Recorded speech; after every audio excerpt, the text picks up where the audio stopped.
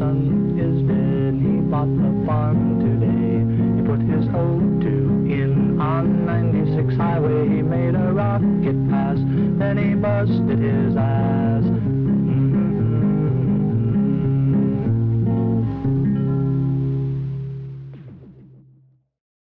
The ground troops couldn't communicate with the fighter pilots. They didn't have UHF.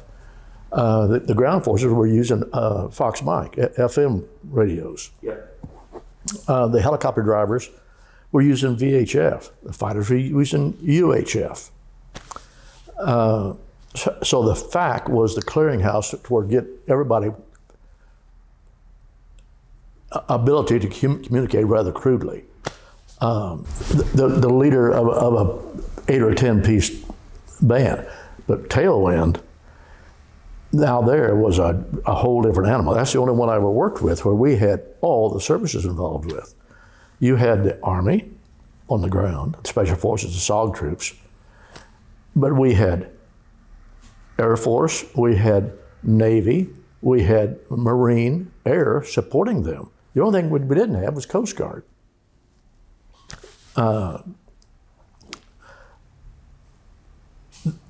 It was the deepest incursion they ever went into Laos. So it was outside the range of what we could do with the, normally we inserted them with, well, in the late, in 69, we were still using the H-34s, King Bees. Mm-hmm. Then they transitioned into the Huey helicopters, which were much better. And then we were supported by the, your troops are hauled by the Hueys, slicks, and then you had the Panthers flying the Cobra gunships. And we always had a brace of SPADs there, A1s. And that was your normal team group to put teams in the bush. It only became a prairie fire when they declared an emergency. Yes. That would be your team that you'd send. Yeah, when we put a team in, the goal was to put them in a remote LZ, some way distance from their objective, and have a cold insert where there was no gunfire. We picked up out a clearing far enough away that the bad guys might have heard the helicopters go over and say, those guys went someplace. We were not sure. Yeah. So I bet we got a team on the ground that'd start hunting for them. Yeah. We didn't have the range nor the State Department and White House authorization to go with a certain depth into Laos. And I've forgotten what that was. I would say generally we were within maybe 15 miles of the border. And we didn't have the range to go further. Well, we went so far in up there close to Chivane that it was out of range for our slicks and Cobras. The only thing we had in country were those Marine H-34s. They didn't have very many of those H-34s, and we used up a bunch of them in that operation. They were pissed off about that because we got some of them shot down. So we used the Marine heavy lift, and then we used the Scarface Marine Cobra gunships out of Da Nang. Because Da Nang was closer to where we were than Pleiku. It was a long way deep up there from Pleiku. But you were, correct me if I'm wrong, I think you were 40 miles into Laos, wasn't it, roughly? I would guess it was probably up somewhere, it was a long way. I guess it might not have been that deep. Okay. I'd have to look at a chart and see if I think I could still pick out exactly where we were if I had a chart, a terrain chart of Laos. Wow. Were you involved the first day on the insertion? No. I had already had my Finney flight. I was getting ready to deroast and go home. I was the senior prairie fire FAC in our unit there at Pleiku. And I knew that they were getting ready to put in a hatchet force. A hatchet force was different than normally what we used with the small SOG teams 9 to 11 man teams that we'd put on the ground. A hatchet force was a company size outfit. We put 133 guys on. I believe it was 133 guys that we put on the ground up there.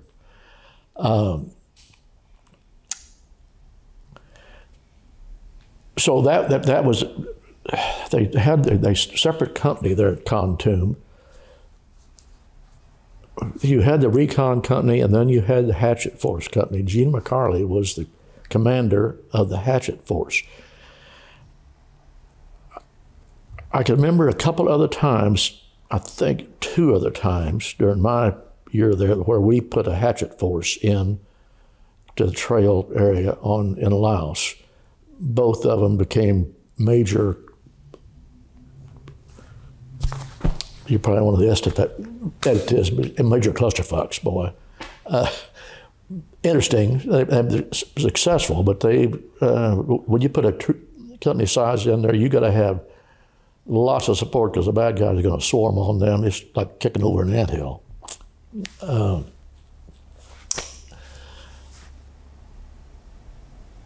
The first day they tried to put them in, they got shot out. They didn't even get to the objective. I don't want to step on any toes here.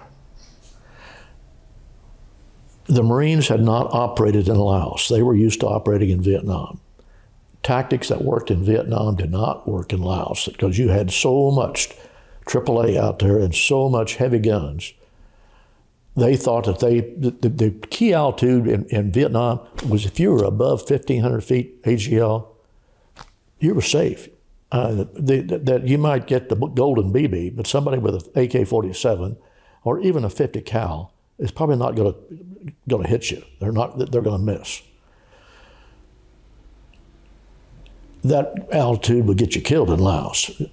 You either need to be on the deck at treetop level, or you'd better be up there around 4,500 foot elevation, or you're going to get waxed. And they wanted to go in at low altitude in a group, motored along straight and level, up this deep gorge with high trim on either side, and we're looking, the coveys that were familiar with that, they were thinking, it ain't gonna work. You can't do that. I remember there was this Marine colonel, and he got irate at the briefing up at Khartoum and said, don't you boys be telling us how to do this. We know what we're doing. And we were lieutenants and young captains, and I believe he was a full colonel. Anyway, you probably want to cut that out. But they got shot out the first day, came back, they got the team in. I heard that they took anti-aircraft fire, and there were guys that were wounded on the helicopters on insertion. They were stepping over guys to get out. Yes. Of the insertion. Yeah. Even on the second day. Even on the second day, but once we got them in there. Yeah. I didn't work the insert.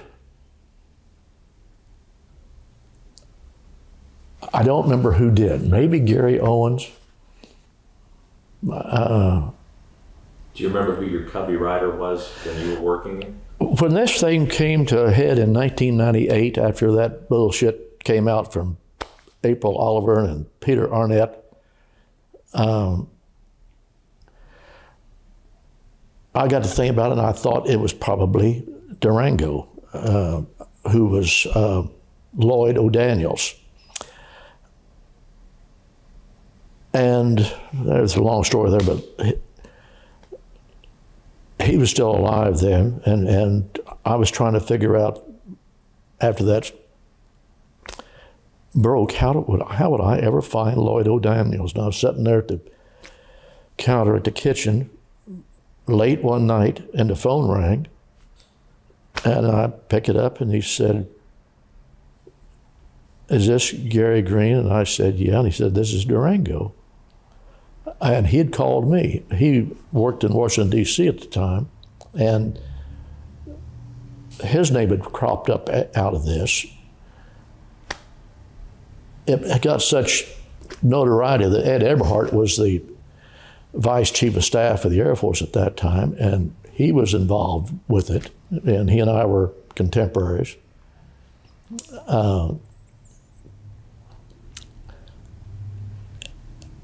And that CNN and Newsweek or Time I think it was, article raised such a stink that the Pentagon responded to it, and Ed said, I remember that. Gary Green was the fact that pulled those guys out. And they tracked me down. I was flying for Delta at the time, and I came home from a trip late one night, probably 2 or 3 o'clock in the morning, and my wife had left a note for me. Call this number at the Pentagon, Dr. Thompson was his name. I don't remember his first name. Regardless of what time of day, night you go in, call this number. I was exhausted, and I said, I'm not going to do that. So I called him the next morning. And at that time, I heard these reports on TVs as I was going through the airline terminals, and the name Tailwind did not ring a bell with me. Every ball game we played out there had a code name, and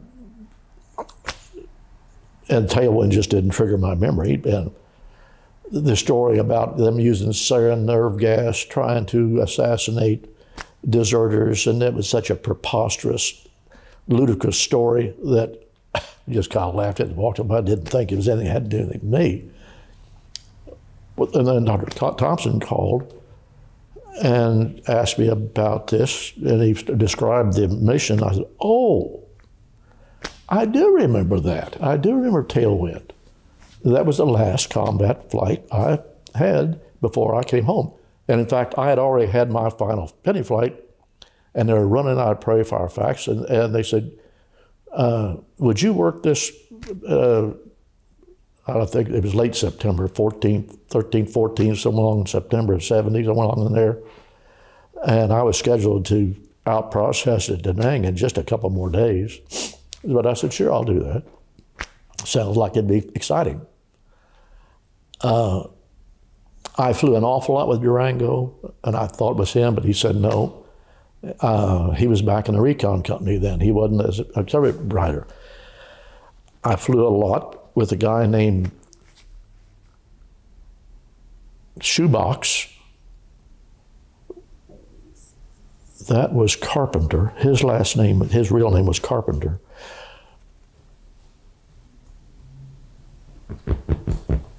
I've got notes at home, and I'm having a hard time pulling these names out of the ether. Larry White, what was his call sign?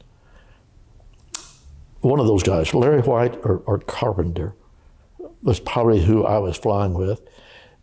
The Prairie Fire Riders were all X-10s, team leaders, that were highly experienced. They didn't wear, none of the SALT troops wore insignia. You didn't know what their names were, what their ranks were. They went by call signs. You might fly with them for weeks or months before you knew what their name was or what their rank was. And I got to know Lloyd O'Daniels well enough that I knew what his name was. I knew what Carpenter's name was. I knew what Larry White's name was. There are a few others that over the years I found out, oh, I know what their names were. Some of the team leaders you got to know by their call signs, not by their names. It was a very classified operation. And we were lieutenants. The concept, you only know what you need to know to do the operation. If you don't need to know this information, why give it to you? You can't divulge what you don't know. So I guess I was pretty ignorant about just the big picture of things. We had so much air. I don't remember if it was the first day or that I worked it or the second day. I think I worked it 2, maybe 3 days. There was horrible weather on the last day. Yes, and we had so much air. We had so much air we stacked up there. It's the only time we ever did this. But I was working the low fact. I was the guy down at low altitude actually putting in the air. We had fighters stacked up probably to 30,000 feet in holding patterns. And I had another Covey fact with another rider. I believe that was probably Gary Owen, but I'm not certain of that.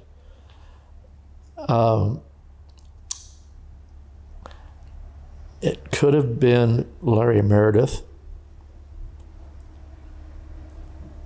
or Obie O'Brien.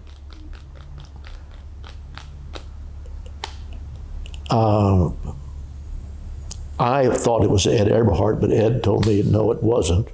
Anyway, I had a high fac up there. The fighters would check in with him because I just didn't have time to be on their check-in frequency and talk to Hillsborough. And whatever the situation was on the ground, if I needed napalm or I needed CBU or I needed 20 millimeter strafe, or if I could use some Mark 82s, whatever I needed, I'd tell him, I said, I need somebody with such and such ordnance. And he'd send it over to my strike frequency. So I'm just talking to those guys. I don't have time to listen to their chatter. And I would work them close to the team or whatever. And it was an intense situation. I remember I was also using the gunships, the Cobras. When you put in the slick or the H-53s, we were moving the team, got them into a clearing area that we thought, or I thought, was big enough to get an H-53 into, and we could get a good bunch of the team out. We put one in. It was pretty hot. We got a bunch of team on it. They were going out, and the helicopter got hit hard. And he was going down. He had enough power to get back to the east, and there was probably 3 or 4 clicks to the east. There was this arroyo, deep, steep canyon running southeasterly, and gosh, it looked like some of these steep hollows over here towards Cades Cove. Narrow, almost gorge. And he got far enough away from the scene there that he was away from the immediate ground fire. And I remember him calling, he'd lost his second engine, and he was going down, and he auto-rotated into the bottom of that. And I turned that situation over to somebody else. He successfully auto-rotated that thing into the bottom of the canyon, buggered up a lot of guys. Gene McCarty was on that helicopter. And then we got another chopper in and got the remainder of the team out. And it sounded like it was really quick, but by the time we got that done, I was bingo on fuel. I just barely had enough gas to get back to. Did I? No. Either Ben Hett or Doc Peck. Probably Doc Peck. We staged out of, when we put him in, we staged out of Doc Peck. Ben Hett was right on the border. How long could you loiter over an area? Because you were flying the O-2 at the time, correct? Our normal missions, we've planned 4.5 hours. I probably stretched the fuel on that to probably 5, a little more. There was a couple of times where I landed at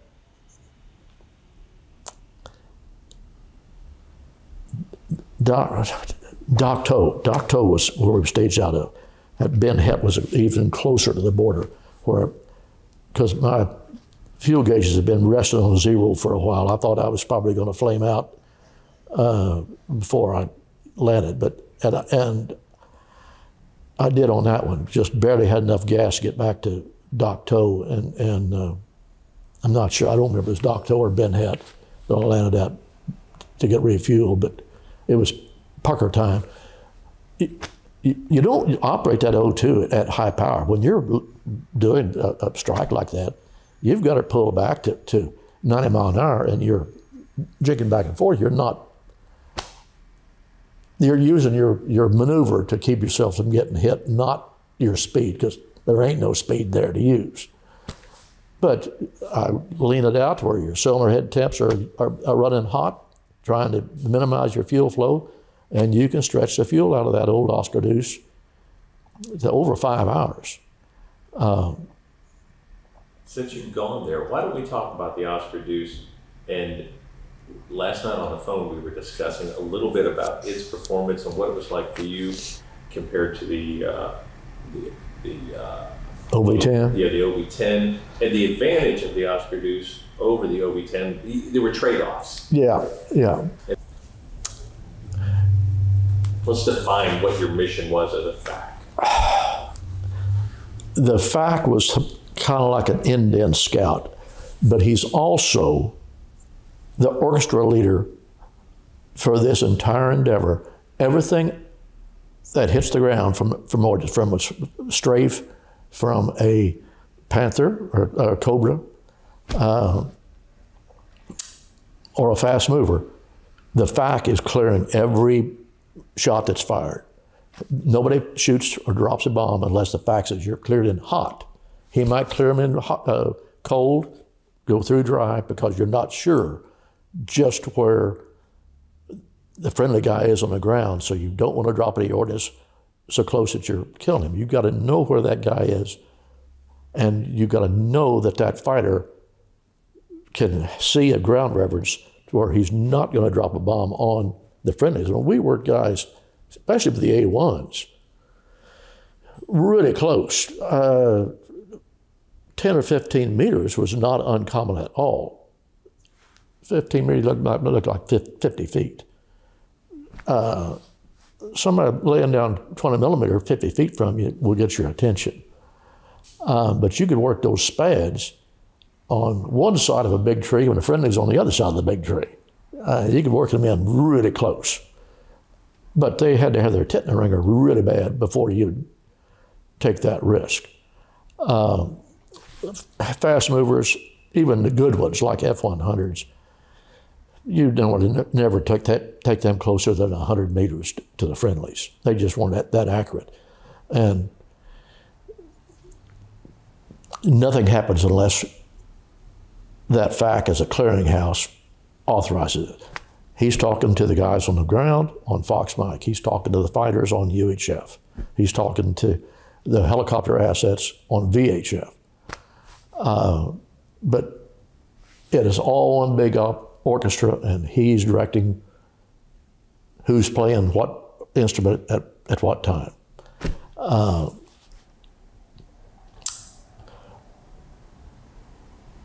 those prairie fire missions, we always had a very experienced team leader, what they call a 1-0, in the right seat of the O-2. O-2 was a Cessna 337 that had the back seat stripped out and filled with radio gear. And so it was a two-place airplane. There was a guy sitting right next to you, which is a real benefit because he's got the charts. He knows where the team is. He can use hand signals to you, because if he's on Fox Mike and I'm talking on UHF or VHF, he can sit there and tap you and point here or get your attention. There's a real advantage to having a guy sitting right next to you to enhance that communication between the two of you. He can advise the 1-0 on the ground on what tactic to use, which direction to move, much better than I can, because I'm not a combat leader on the ground, but those guys are. So they were a godsend to the troops on the ground. So the former 1-0 would ride next to you while they would communicate with the active 1-0 on the ground, and they would coordinate because they knew the tactics. Absolutely. And they knew what should be done, and they're calling it from the sky. Yeah. Here's where the enemy is. This is your exit route. This is the exfil plan, and they could help bring it all together. And then you called in all the assets. Yeah. The OV-10 was a tandem-seated airplane. It was designed to be a forward air controller. It was a very good airplane for it. It had a bubble canopy that wrapped around the side of you, and you could turn around and look straight down on that. The O-2 dictated your tactics somewhat, because I was on the left seat. If I wanted to see something, the bad guys don't have to be too smart to figure out I'm going to be in a left turn. It's tough for me to look out the right side and see just what I'm doing, especially if I got somebody sitting over there.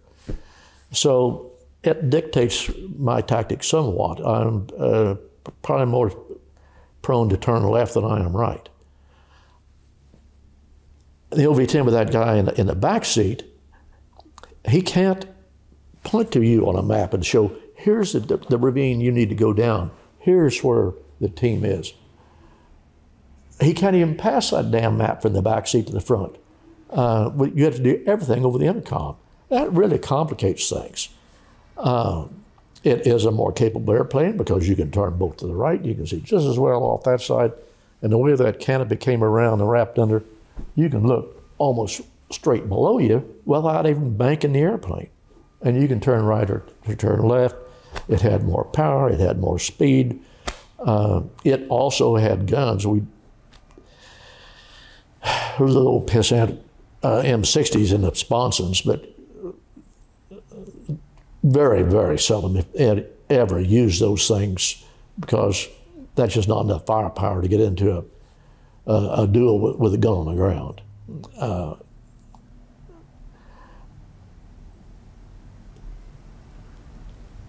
It was like taking a knife to a gunfight. That was the Oscar Deuce, right? No, that was OV-10. Oscar Deuce didn't have any ordnance, other than what you carried on your hip.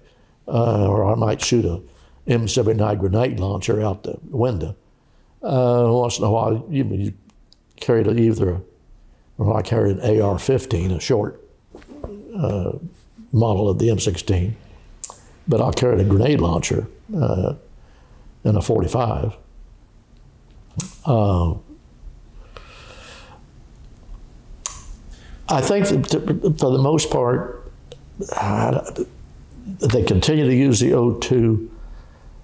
I think maybe in the late 70, maybe early 71, they might have started using the OV-10s primarily on those prairie fire missions. But in 69 and 70, we didn't. It was still the Oscar Deuce was the go-to airplane for that.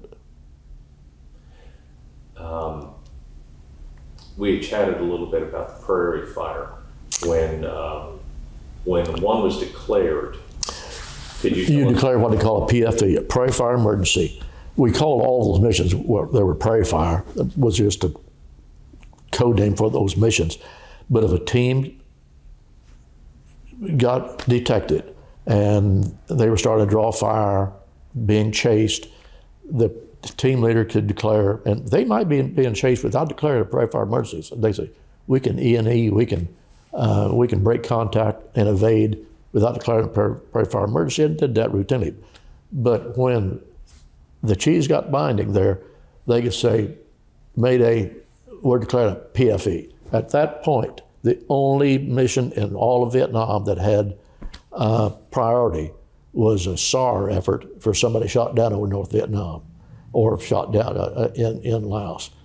A SAR effort, search and rescue, had a higher priority, but everything that Hillsborough had, anything that scrambled off one of the air bases in South Vietnam, if I wanted it, I got it. I had first priority. And we had a prairie fire emergency going on out there in Tailwind for a couple or 3 days.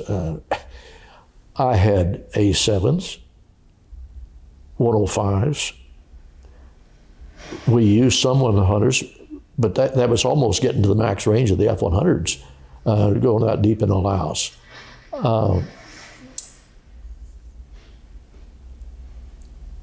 We even had Marine OV-10s, not working as a fact, but they were working as strike airplanes.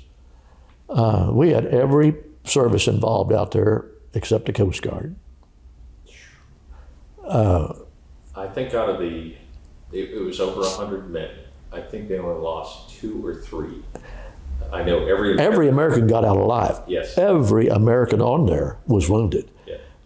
We lost, I believe, 3 yards. Yeah, indigenous. The indigenous Which team is members. miraculous for as long as they were on the ground. Gene McCarley Unbelievable. is the genius behind that. Absolutely. And Gary Rose Yes. saved so many lives as a medic. And for McCarley and those boys just stay awake and alert for as long as they were. I'm surprised that Gene McCarley didn't get the Medal of Honor for that action, and I don't know what his highest award was. Probably maybe a Silver Star, I don't know. Did you hear what one of his guys did when they overran the VC base? They overran the compound. I picked up the telephone, but the phone rings, and yes, I knew about that. His special forces have my help. That is just an arrogant move. Absolutely. But in the middle of a battle to taunt the enemy like that. You'd have to have known those guys to understand the cojones that they had. And I remember the first prairie fire mission I went on, after I'd been checked out on that. Durango was my rider. And he crawls on the airplane, he's got his sleeves rolled up about there, and he's got forearms about that big around. And he had a reputation as being the man to go to. And he says, I don't know if he said lieutenant or how he does, but basically, don't worry, son, if we get shot down, you stay with me. And I was thinking, you betcha, buddy, I'm gonna be on you like a tick. But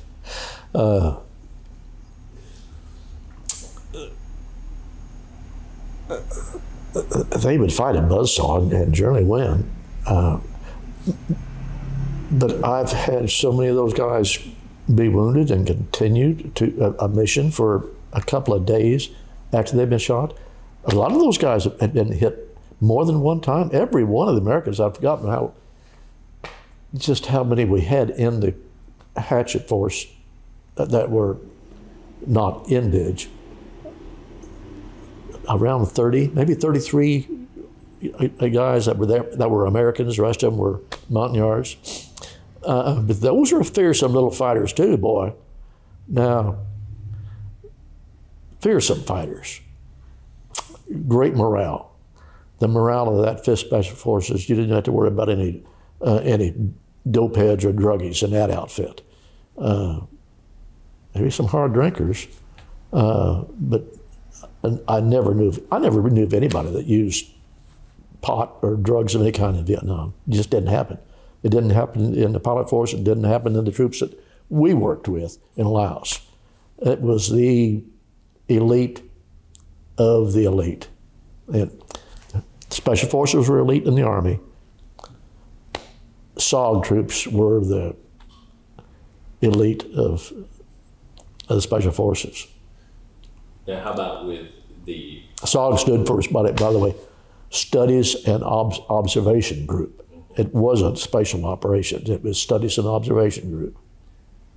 Their mission was to infiltrate, watch, report back, wiretap, interdict. No, not so much interdict. When I meant interdict, they would sneak dummy rounds bad rounds. Yes. When I heard that mission, I said, you took ammunition into a North Vietnamese ammo dump and planted it so that it would explode. And we had a code name for that. I've forgotten what that code was, where you were putting booby trap dummy rounds. That just seemed like the craziest. I just can't remember what that program was called for. But interdiction was not one of them. It was reconnaissance, wiretaps. We put lots of teams in there searching for a pipeline. We knew that there had to be a POL pipeline running down the spine in Laos there. And to my knowledge, we never found it. They were hunting for truck parks. Once in a while, they went in for a prisoner snatch. And I worked about 3 of those that were successful. There was several were unsuccessful, but it was a real coup to do a successful prisoner snatch. And those were some interesting missions when you pulled the trigger on that ambush on the last truck in the convoy to snatch a prisoner out of it. There's some long stories right there to tell you about.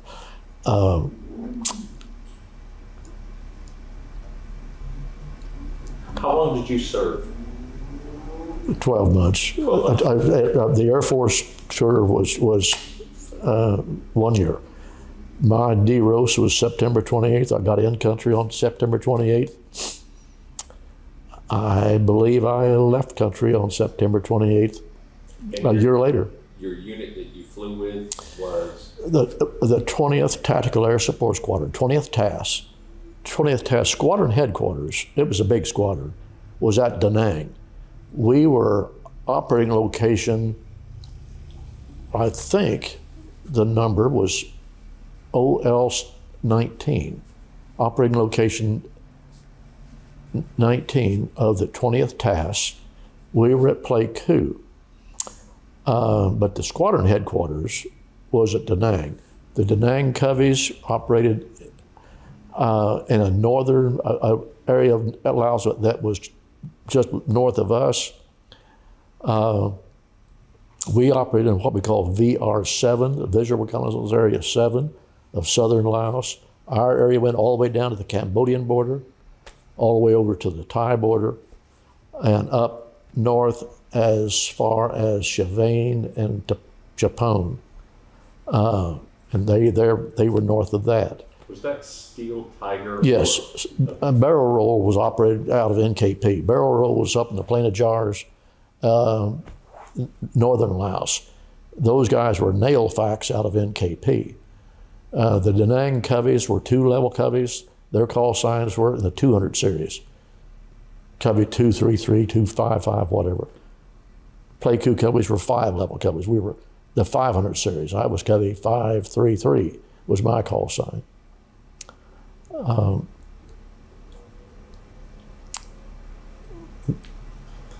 The nail facts were in the 21st TAS. There were other tactical air support outfits that worked in Vietnam. I don't remember what squadron numbers they were. So I never flew a single combat mission in Vietnam. 100% of my time was in Laos or Cambodia. How many missions did you fly? Do you remember? I didn't keep track of the mission numbers. I had 733 hours of combat time, which is a lot. That doesn't sound like a lot of time when you think a normal 40-hour work week, 52-year week, so you're going to work about 2,000 hours a year. 733 hours of combat time is quite a bit. They could fly long missions just like they probably had as much endurance time as we did. That's why we loved the Skyraider, because it could pull a power back and loiter with you, and it carried so much ordnance. They could work a target for 3 hours and put something down on every pass. They carried more ordnance than a B-17. But they would generally come in above 4,500 feet, but they'd be so heavy loaded, I've seen them cross the fence in level flight, pulling contrails off the wingtips. And you normally only see the contrails when you're pulling G's, but that thing was heavy. Although there were times that you had the shit scared out of you, there was such an excitement. It was almost like big game hunting. And I remember one prairie fire mission, John LaHecca and Haymaker were shot down and killed in January of '70. And we put a team in to recover Haymaker's body. We got LaHecca's body out the same day they got shot down, I believe. They couldn't get Haymaker's body out of the wreckage. And it was sometime later, I don't remember how many days, it might have been a week or two later, that we put a team in to get the remains out.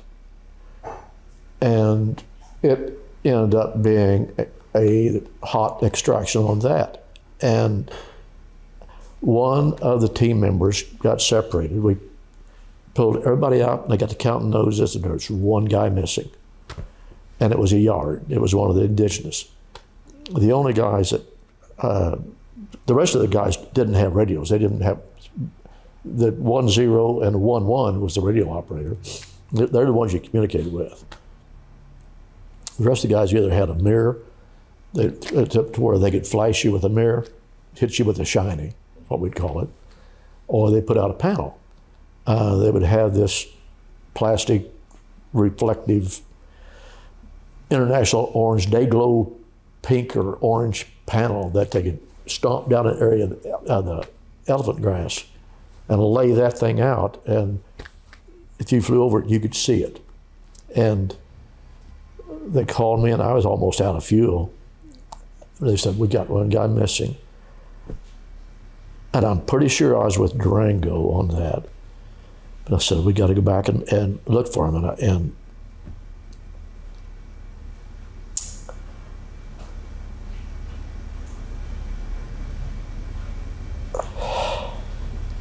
if ever I saved a man's life, I did that day.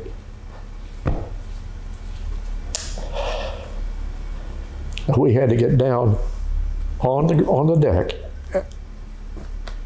several times. I knew the general area was, and I saw it. I saw a glimpse of that panel,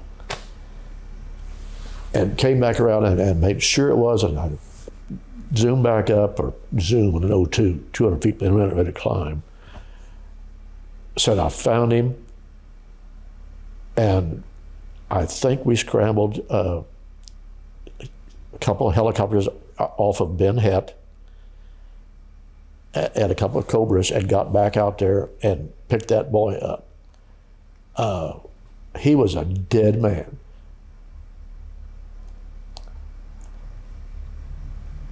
Never knew his name, never met him.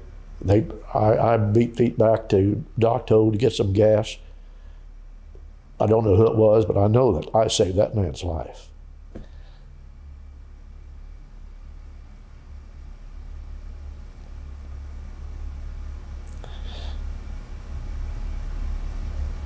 That makes it all worthwhile to you. The excitement was tremendous.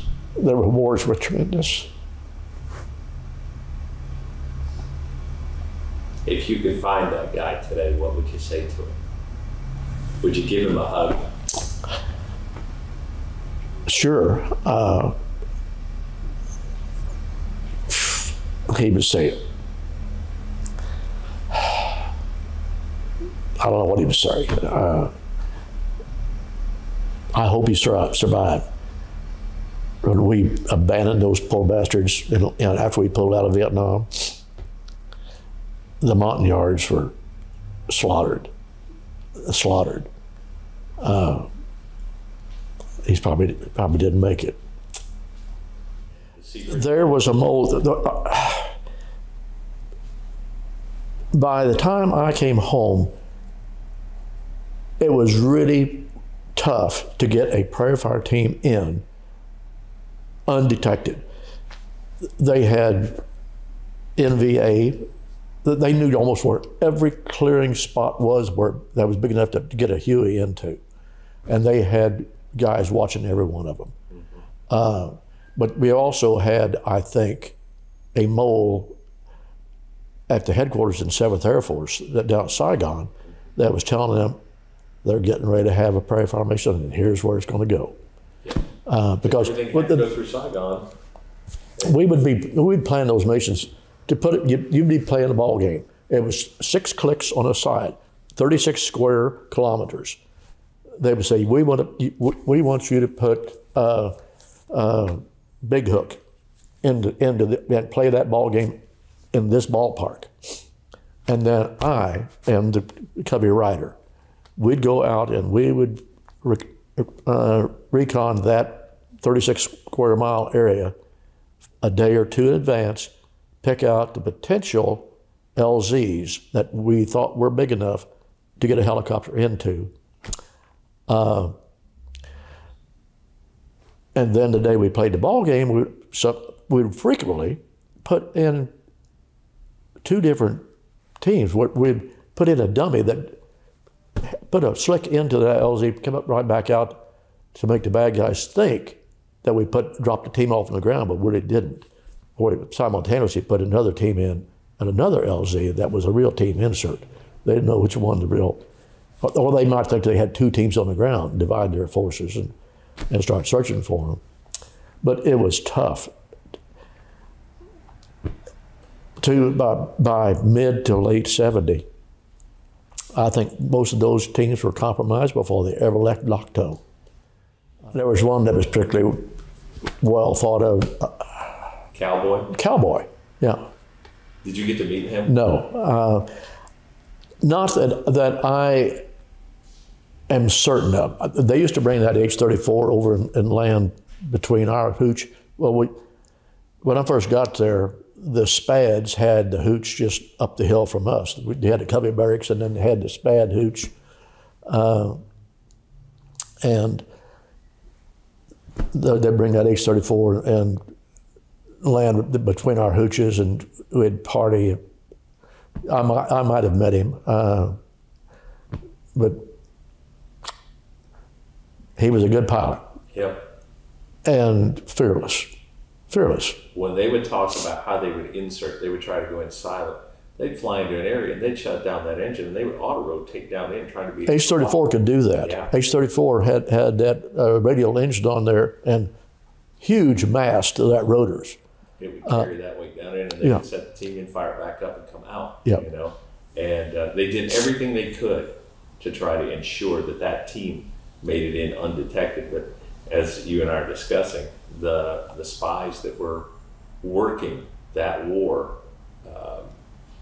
you know, they would, like you said, they would have people watching those spots where anybody could come in. They'd have hunting dogs waiting to track immediately. That's part of that story with, what did I say his name was? Greg Glasshauser. And we are filming here, so if you don't want, I can cut this later if you... It was in Laos. It was in Cambodia, actually. We were down in Cambodia, and they'd been detected, and the team was running, trying to escape and evade, and every time he'd key the mic to talk to me, I could hear the dogs baying, chasing them. And Greg had been shot through the bicep. I wish I could remember what his call sign was. I know I've got it written down at home. And we pulled them out on strings. And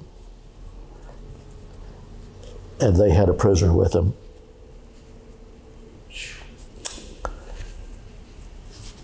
I can't imagine, you know, going into battle is one thing, but knowing that somebody's using a dog to track you, that's got to be a little disconcerting. But they had countermeasures that they would employ. You know, they used whatever, I believe some kind of powder Oh, CS gas. Yeah. CS powder. I carried CS powder with me. I've had little vials of it in a survival vest because running into dogs out there was pretty common.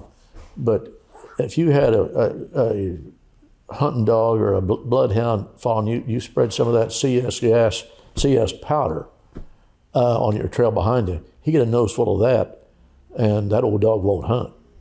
I don't think people know what CS powder was. It was basically. Can you describe what I mean? It was worse. It was just a real powerful tear gas. You're gonna. That's what April O'Neil and everybody was saying. Well, that stupid. Well, she said we were using the sarin nerve gas. I didn't have a gas mask. If they were using sarin, it'd have killed me. Yeah. We use CS gas, and I use that.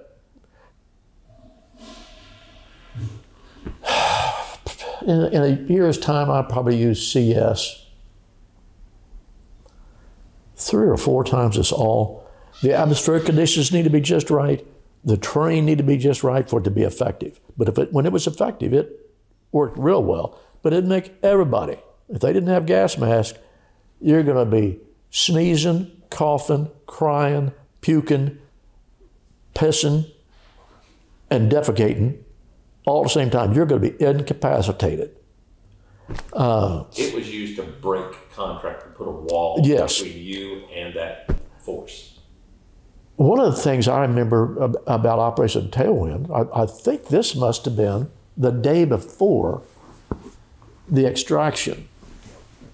They were running low on ammo, and George Boner was an OV-10 driver. Colonel Warner McGraw was our detachment, our squadron commander. He was in the back seat of this OV-10. George was in the front.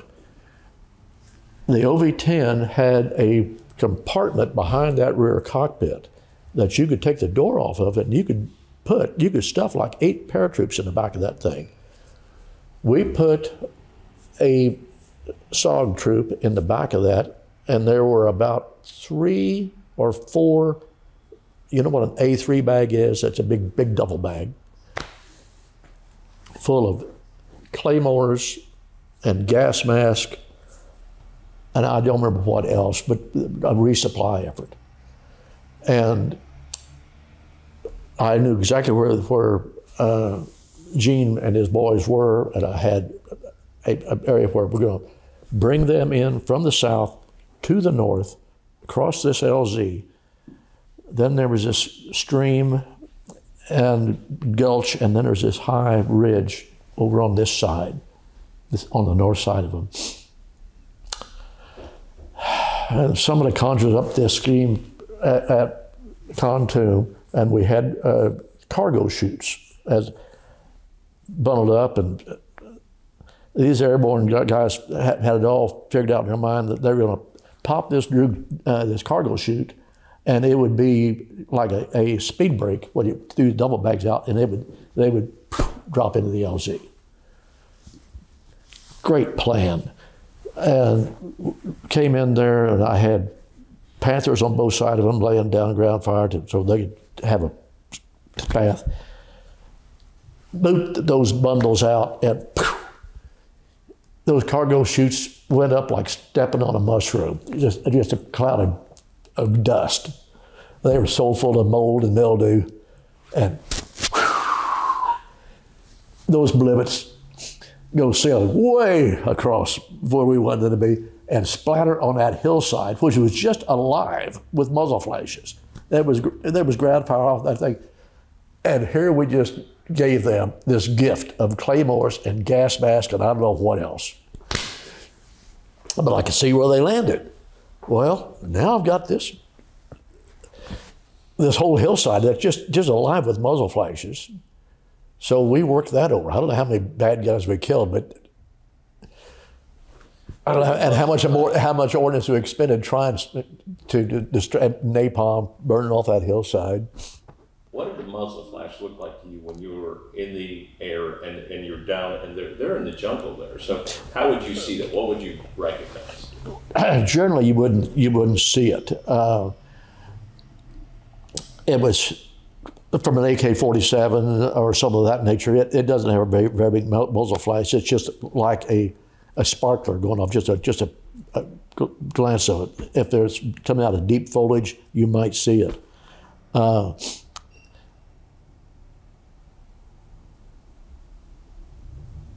They had larger ordnance down there too, didn't they? Oh, I'll tell you, the other thing that has a muzzle flash is a 50 cal. When the muzzle flash out of a 50 cal at night is as big as this room. If that cord bothers you, you can drop that off your arm. Sorry. And the muzzle flash out of 50 cal is bigger than the muzzle flash out of a 37 millimeters, I recall. But that was working at night, where you'd see the muzzle flash, and you needed to see that at night. You had to keep your head moving all the time, because if you've got 4,500 foot slant range on a 37 millimeter, if you see that round, that tracer ignite out of that barrel, it doesn't take you but a half a second to determine the trajectory. Is that coming at me or not? Do I have to dodge it? Most people think dodging bullets, bullshit. You can dodge bullets, but you've got to see it early enough to see if that is moving in the windshield. If it's moving in the windshield, it's not going to hit you. If it's staying in one spot, you better get the hell out of the way, and do it muy pronto.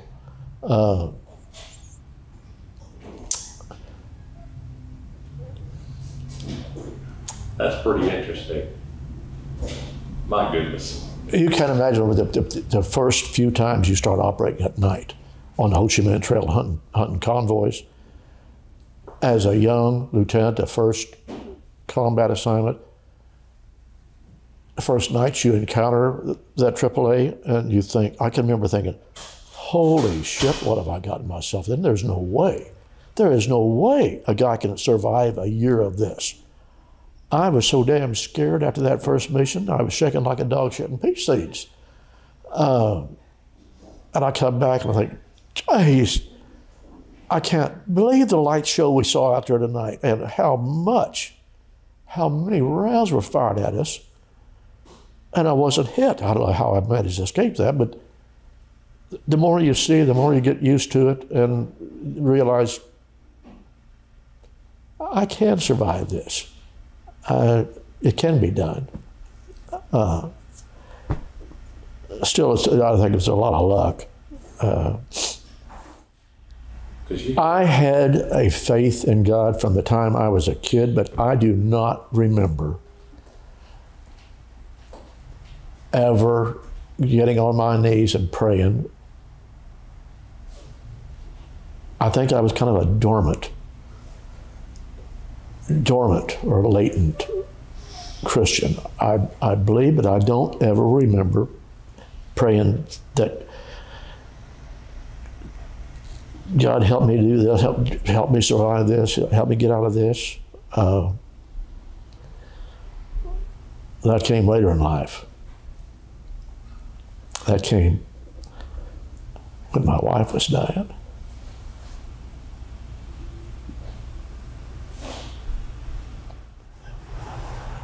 I don't know how we developed that situational awareness skill so well when we were so inexperienced. Right out of pilot training, being a FAC was one of the most, you had all the authority in the world. Here you were, I was a second lieutenant when I started it, but you were in control of that airstrike. You might have a lieutenant colonel and with 3 majors on his wing coming out in F4s, and if they couldn't hit the target, you'd tell them to go dump their bombs in the ocean, and you were God. You had a lot of authority. You had to approve every bomb that they dropped. You had a lot of authority. You had a lot of responsibility, and you had to maintain a situational awareness of where everybody is on the ground, where the bad guys are, where they are, where the guns are. All running and all the time you're listening to Hillsborough up there on UHF, you're talking to the fighters on UHF, the helicopters on VHF, the ground troops on Fox Mike, and sorting the fly shit out of the pepper constantly. I don't know if I could do that today. I think I've fried too many brain cells.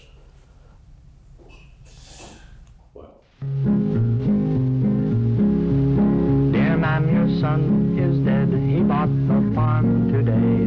He put his O-2 in on 96 highway. He made a rocket pass, then he busted his ass. He flew across the fence to see what he could see. There it was, just as big as it could be. A truck was stalled on the road with a full heavy load.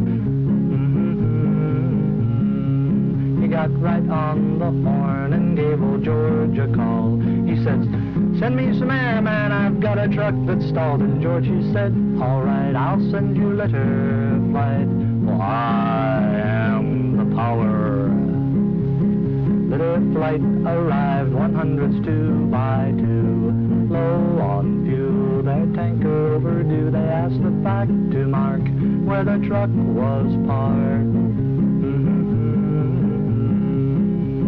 The covey rode in with a smoke to mark exactly where that truck was parked. The rest is in doubt, for he never pulled out. Dear ma'am, your son is dead. He bought the farm today. He put his O-2 in on 96 highway. He made a rocket pass, then he busted his ass.